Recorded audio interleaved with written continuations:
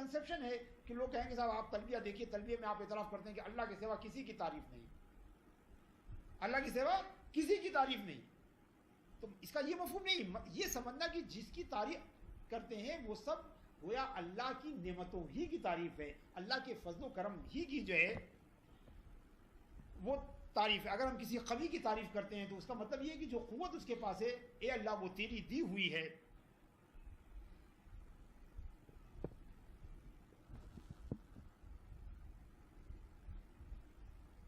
اس کے بعد اس روحانی سفر میں بندہ تلبیہ کہتا ہوا جو ہے وہ اللہ تبارک و تعالیٰ کے گھر پر پہنچتا ہے.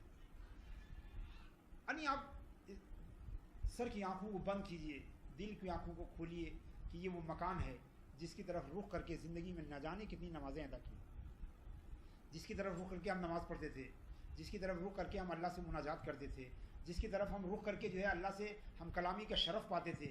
آج اسی گھر میں ہم کھڑے ہوئے. یہ وہ جگہ ہے کہ جسے اللہ نے اپنا گھر قرار دیا، اپنا گھر قرار دیا، اپنے فضل و کرم سے قرار دیا.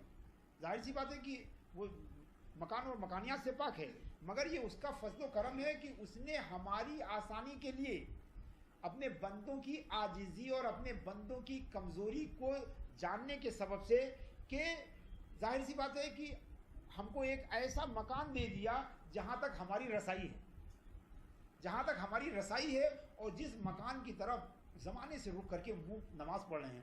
جیسے آپ کسی کا ذکر سنیے، برابر بات ہوتی رہے، برابر اس کی آپ ذکر کرتے رہیں، برابر اس کی گفتگو کرتے رہیں، سالوں کے بعد اگر اس شخص سے ملاقات ہو جاتی ہے تو دل میں کیسی کیفیت پیدا ہوتی ہے. تو اللہ کے گھر کے سامنے جب جو حاجی کھڑا ہوتا ہے تو محسوس کرتا ہے کہ اچھا یہ وہی مکان ہے، یہ وہی گھر ہے کہ جس کے طرف رخ کر کے 20 سال سے ہو، 25 سال سے ہو، 30 سال سے ہم اللہ کی یاد کر رہے ہیں. اور تصور کیجئے جب وہ اس کو دیکھتا ہے اس گھر کو، تو وہ گھر کیا ہے؟ وہ نہ تاج محل کی طرح ہے، نہ وہ بکنگم پیلس کی طرح ہے، نہ وہ جو ہے کسی جو ہے فن تعمیر کا کوئی شاہکار ہے، نہ اس میں کوئی تعمیری جو ہے کوئی خوبی ہے. وہ گھر اتنا سمپل ہے، جتنا سمپل انسان کے تصور میں کوئی گھر ہو سکتا ہے، جتنا سمپل انسان کے تصور میں کوئی گھر ہو سکتا ہے، اس سے زیادہ سمپل اور کسی گھر کا تصور نہیں کیا جا سکتا ہے. کسی اس میں دیواریں ہیں 4، اس میں 4 دیواریں ہیں. چونکہ اللہ کے شائن شان اگر کوئی گھر بنانے کی کوشش کرے تو تمام جن و انس مل کے بھی اگر اس کے شائن شان کچھ بنانے کی کوشش کریں تو نہیں بنا سکتے. بلکہ ساری کائنات اگر میٹیریل بن جائے اور وہ بھی اگر گھر بنا دی جائے، وہ ساری کائنات کی تمام میٹیریل سے گھر بنا دیا جائے تو بھی وہ اللہ کے شائن شان نہیں ہو سکتا ہے. لہذا اللہ کے بندوں نے یہ چاہا، ان کے خلیل نے یہ چاہا کہ اے اللہ تیری شائن شان ہم نہیں بنا سکتے تو ہم اتنا سادہ بنا دیں کہ کم سے کم اس سے سادہ کوئی گھر نہ بن سکے، اس سے سادہ کوئی گھر نہ بن سکے. چنانچہ خانہ کعبہ کی اگر آپ دیکھیں تو بالکل سادے سے پتھروں سے بنا ہوا ایک بالکل سادہ سا گھر ہے جس میں صرف 4 طرف دیواریں ہیں.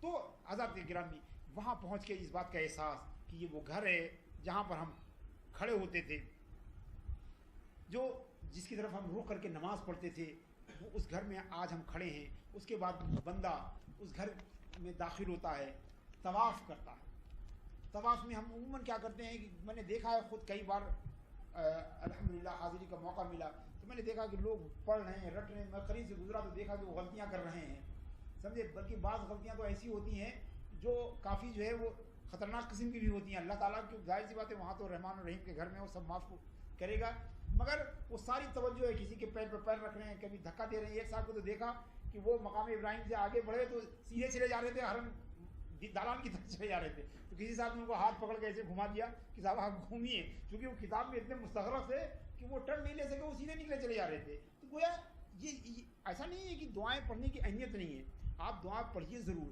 بلکہ کوشش کیجیے کہ اتنا اچھا یاد کیجیے کہ ان کو پڑھنے میں آپ کا صرف دماغ لگے، آپ کا دل آکوپائی نہ ہونے پائے. آپ کا دل، آپ کی زبان جو ہے پڑھنے میں آکوپائی ہو، مگر دل آپ کا آپ کے رب ہی کے ساتھ رہے، آپ کے رب کے ساتھ رہے. تو طواف کرتے ہیں. طواف کی ایک ظاہری دلالت یہ ہے کہ ہم اللہ کے گھر کا طواف کرتے ہیں، مگر اس کی باطنی طواف یہ ہے کہ ہم دین کے چاروں طرف ایسے ہی ساری زندگی پھرتے رہیں. کوئی مرکز نہیں ہوگا ہمارا، اسلام کے علاوہ ہمارا کوئی مرکز نہیں ہوگا، دین کے علاوہ ہمارا کوئی جو ہے مرکز نہیں ہوگا، ہماری ساری زندگی چکر لگاتی رہے گی دین کے چاروں طرف، دین کے احکام کے چاروں طرف۔ یہ طواف کی اپنی دلالت ہے، ورنہ کسی گھر کے چکر لگانے میں کون سی خوبی ہے؟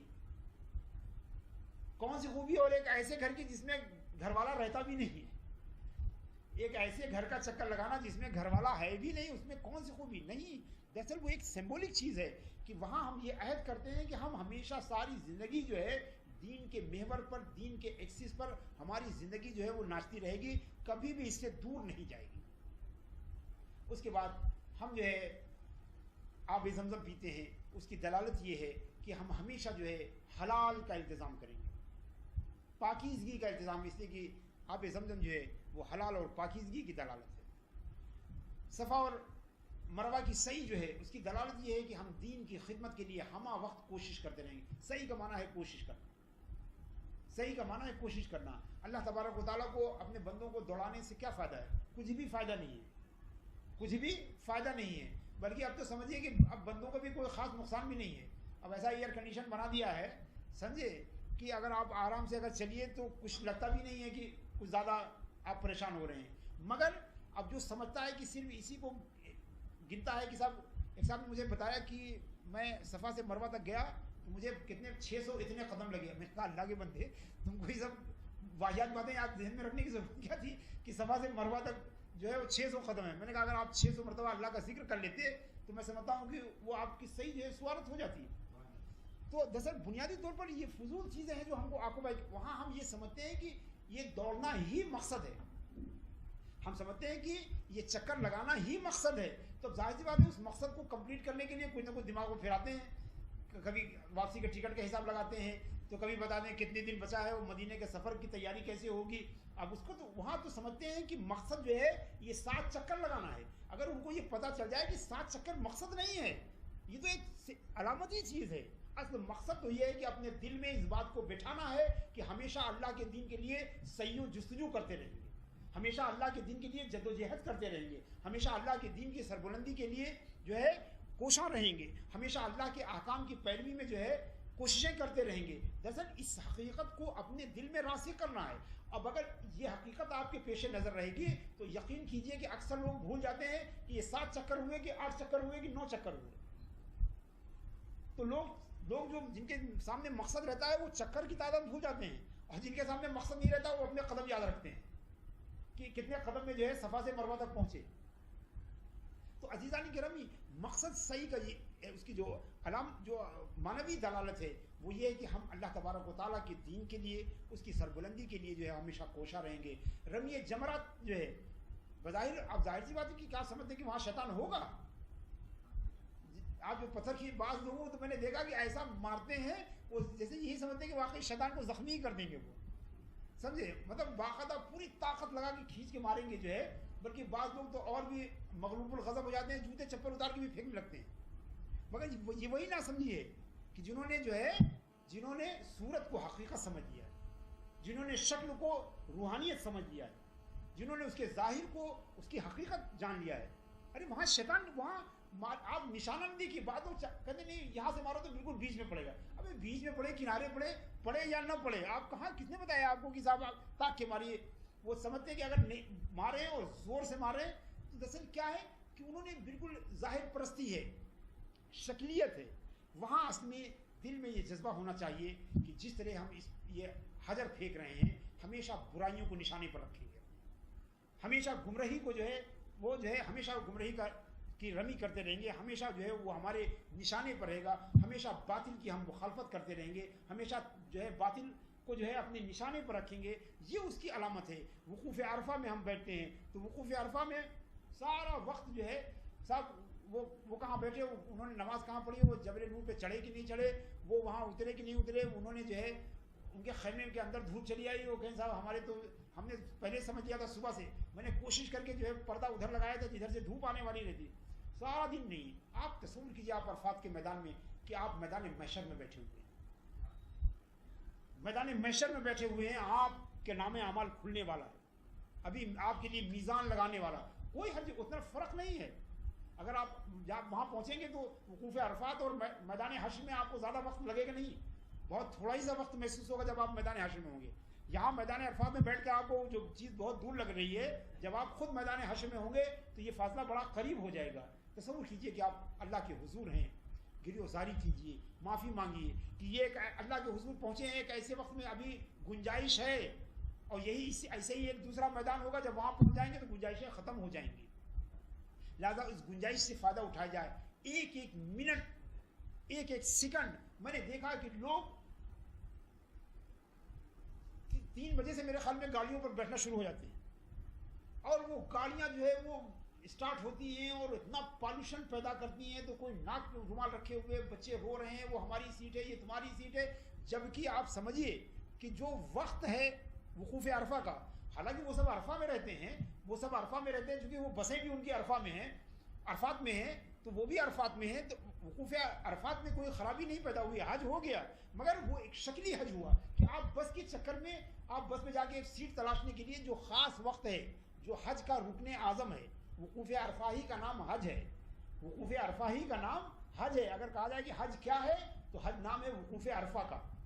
اور اس جو ٹائم ہے اس کا عصر و مغرب کے درمیان جو اس کا ٹائم ہے، اس ٹائم میں ہم لڑائی کر رہے ہوتے ہیں سیٹوں کے لیے. آپ کو میں بتاؤں اکثر لوگوں کو دیکھا گیا ہے وہ اس ڈر میں کہیں بس چھوٹ نہ جائے، وہ وقوف عرفہ کے ٹائم سے پہلے ہی بھاگ کے آ کے جو ہے وہ بسوں میں، ابھی یہ ہماری سیٹ ہے، یہ تمہاری سیٹ ہے، ہمارا بچہ کہاں گیا، اسی کے اندر جو ہے وہ بغل گاڑیاں کھڑی رہتی ہیں، اسی گاڑیوں کے درمیان سے وہ گزرتے ہیں. اس قدر پالوشن رہتا ہے، اس میں برا بھلا بھی کہتے ہیں. کوئی ڈرائیور وہ گالی دے رہا ہے تو کوئی جس نے سیٹ پہ قبضہ کر لیا اس سے لڑائی. یہ وہ خاص ٹائم ہے جس کے لیے آپ اتنا سفر کر کے گئے ہیں.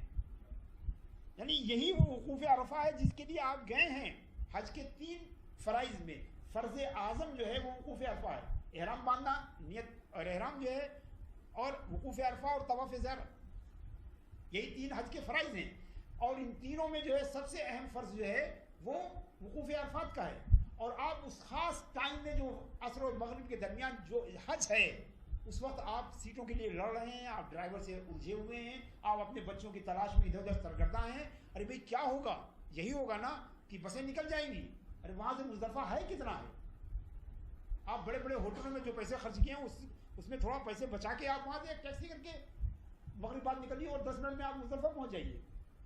نہیں، آپ پیدل جائیے. بہت سارے لوگ ہیں جو پیدل کو پریفر کرتے ہیں، اور میرے خیال میں پیدل جائیے تو بسوں سے پہنچنے والوں سے پہلے پہنچ جائیے، کیونکہ سیدھے آپ وادی میں اتر کے اور آپ وادی پار کیجیے اور آپ مزدلفہ پہنچ گئے. وہ تو بہت گھما کے بس کو لے جاتی ہے. مگر کیا ہے کہ وہ وہاں پر حج کے مقاصد ہی ہمارے سامنے نہیں رہتے کہ ہم میدان حشر میں بیٹھے ہوئے، نام اعمال ہمارا جو ہے وہ کھلنے والا ہے. آج موقع اچھا ہے اس نام اعمال پر پوری سفیدی تھی، سارے گناہوں پر کو واش آؤٹ کر دیا جائے. لہذا یہاں سے نکلیں تو اس حال میں نکلیں کہ اب گناہوں میں کچھ باقی نہ رہے. اسی لیے حشر سے پہلے ایک چھوٹا حشر کا میدان اللہ نے ہمیں دیا ہے کہ اپنے بندوں پر اس کی رحمت ہے، اس کا فضل و کرم ہے کہ اس میدان حشر میں بیٹھ کے دعا مانگ لو تو اس میدان حشر کی مصیبتوں سے آزاد ہو جاؤ. مگر بدقسمتی سے ہم اس چانس کو بھلا دیتے ہیں.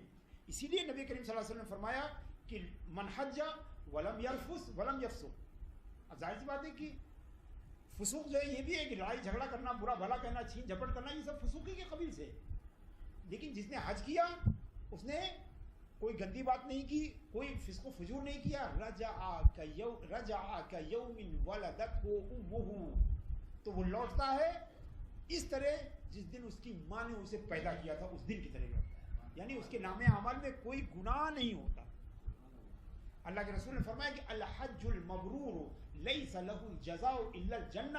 حج مبرور کی جزا صرف ایک ہو سکتی ہے، اس کا بدلہ صرف ایک ہو سکتا ہے، وہ ہے جنت. یعنی ساری دنیا دے دی جائے تو بھی حج کا بدلہ نہیں ہے، صرف جنت جو ہے حج کا بدلہ ہو سکتی ہے. مگر وہ اسی حج کا، اس حج کا نہیں سب کہ وہاں منی میں لڑائی کر رہے ہیں کہ سب کھانا کہاں گیا ہو، یہ کہاں گیا ہو.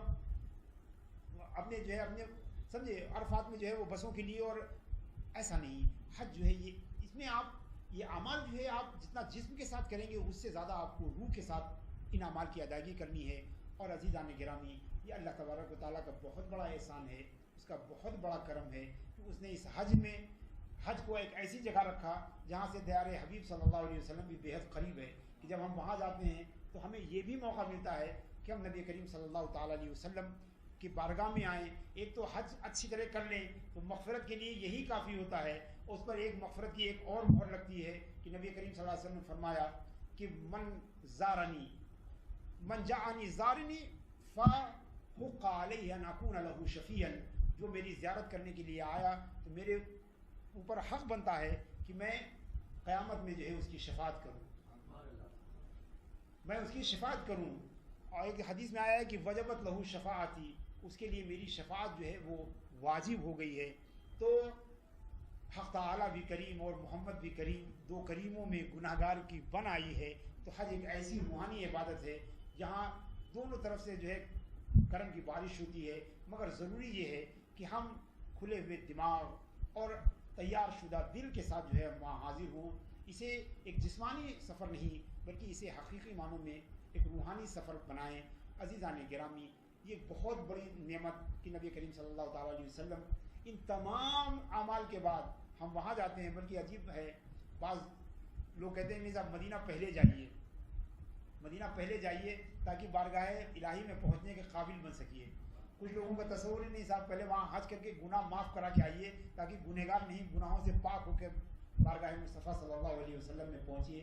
میں سمجھتا ہوں یہ بھی اچھا ہے، وہ بھی اچھا ہے، دونوں میں زیادہ اچھا کون ہے اس کا فیصلہ جو ہے کیا ہی نہیں جا سکتا ہے۔ اور وہاں ہم پہنچے تو نبی کریم صلی اللہ تعالیٰ علیہ وسلم کی بارگاہ میں بھی جو ہے آپ جانیے کہ وہاں بھی جو ہے ادب اور احترام کا اتنا ہی جو ہے لحاظ کرنا چاہیے جتنا کہ نبی پاک صلی اللہ علیہ وسلم کی زندگی میں تھا۔ بہت سارے لوگ سمجھتے ہیں کہ اب حج کرائے اب سارے گناہ معاف ہو گئے، وہ یہ سمجھتے ہیں حج پچھلے گناہوں کو معاف کرتا ہے، اگلے گناہوں کو نہیں معاف کرتا۔ حج جو ہے نبی کریم صلی اللہ، حضرت عمرو بن عاص رضی اللہ تعالیٰ عنہ فرماتے ہیں کہ میں نبی کریم صلی اللہ علیہ وسلم کے پاس گیا اور میں نے ان سے پوچھا کہ اے اللہ کے رسول، میں مسلمان ہو گیا ہوں، مجھے کوئی ایسا عمل بتائیے جس سے میرے پچھلے گناہ معاف ہو جائیں۔